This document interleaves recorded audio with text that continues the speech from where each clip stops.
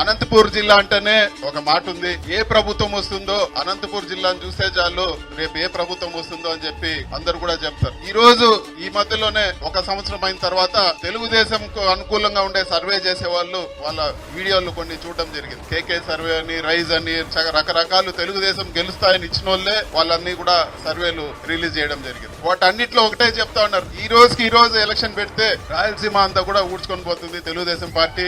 ఈ రోజు ఎలక్షన్ పెడితే 70 నియోజకవర్గాల్లో ఎమ్మెల్యేలు గెలిచే పరిస్థితి లేదండి.